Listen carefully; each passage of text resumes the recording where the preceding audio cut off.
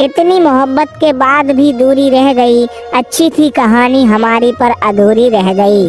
जी हाँ दोस्तों, social media की सबसे पसंदीदा जोड़ियों में से एक सृजना सुवेदी और विवेक पंगेनी अब बिछड़ गए हैं, क्योंकि कैंसर से लंबी और दर्दनाक लड़ाई अब विवेक हार चुके हैं और इस हार से सृजना भी पूरी तरह से बिखर गई हैं, क्योंकि अब उनकी दुनिया उजड़ चुकी है। इस बीमारी से लड़ाई में सृजना ने विवेक का मेंटली हो या इमोशनली हर तरह से साथ दिया।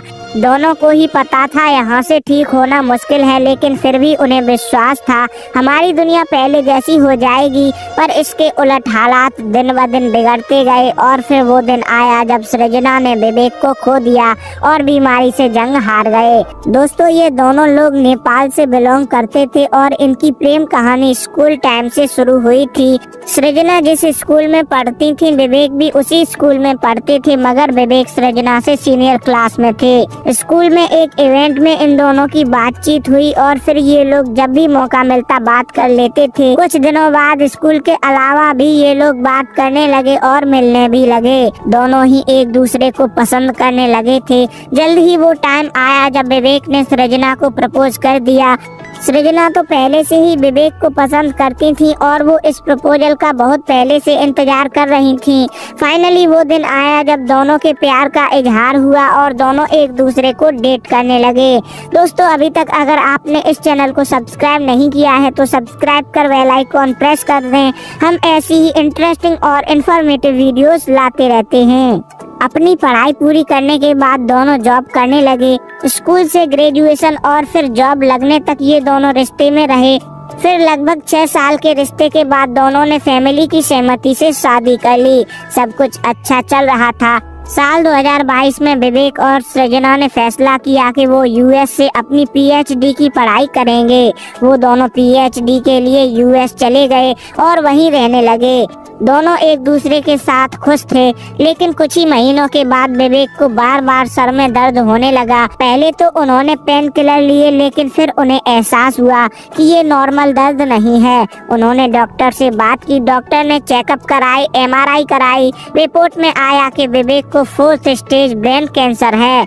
दोनों की ही ये खबर सुनते ही पैरों तले जमीन खिसक गई। इनकी हंसती खेलती दुनिया एकदम बदल चुकी थी। सृजना और विवेक उस मोमेंट पर अपने आंसू नहीं रोक सके और एक दूसरे को हक करके रोने लगे। डॉक्टर ने बताया कि ऐसे पेशेंट 1 साल भी नहीं जी पाते, लेकिन सृजना ने तय किया कि वो हर कोशिश करेंगी और विवेक को ठीक कराएंगी। वो खुद भी स्ट्रांग रहने लगी और विवेक को भी मोटिवेट करती रहीं। विवेक भी जानते थे कि वो ठीक नहीं होंगे, लेकिन सृजना को सपोर्ट करने के लिए वो कहते थे मैं ठीक हो जाऊंगा। सर्जरी के बाद विवेक के सर पर बाल नहीं रहे तो सृजना ने इमोशनली सपोर्ट करने के लिए अपने सर के बाल भी कटवा लिए।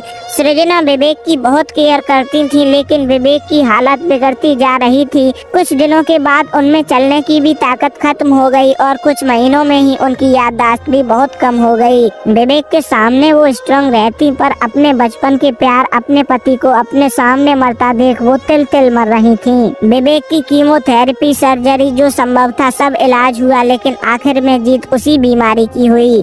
ये दोनों हार तो गए, लेकिन इनकी कहानी बहुत बड़ी इंस्पिरेशन बन के सामने आई है। न सिर्फ इस बीमारी से लड़ाई, बल्कि एक सच्चा साथी कहाँ तक साथ देता है वो इन्होंने करके दिखाया है। सृजना चाहती तो विवेक के घर वालों को विवेक की जिम्मेदारी देकर अपने घर जा सकती थी, लेकिन उन्होंने वहाँ तक विवेक का हाथ थामे रखा जहाँ तक संभव था। इस झूठ बोलने वाले और धोखेबाजों की दुनिया में ऐसी लड़कियाँ भी होती हैं, ये सृजना ने दिखाया और ये बताया कि असली प्यार क्या होता है। प्यार के साथ साथ कमिटमेंट, समर्पण, वफादारी की भी वो एक मिसाल बन चुकी हैं। सृजना को देखकर लगता है कि क्यों औरत को लक्ष्मी बोला जाता है। 19 दिसंबर साल 2024 वो दिन था जब विवेक का देहांत हुआ। वो दिन जहां जिंदगी तो हार गई, लेकिन उनका प्यार अमर हो गया। तो दोस्तों, ये थी लव स्टोरी विवेक एंड सृजना की। उम्मीद है वीडियो में दी गई जानकारी आपको पसंद आई होगी। वीडियो एंड तक देखा है तो वीडियो पर अपना रिस्पॉन्स लाइक, शेयर और कमेंट करके जरूर दें। आपकी हर कमेंट हमारे लिए बहुत वैल्यू रखती है।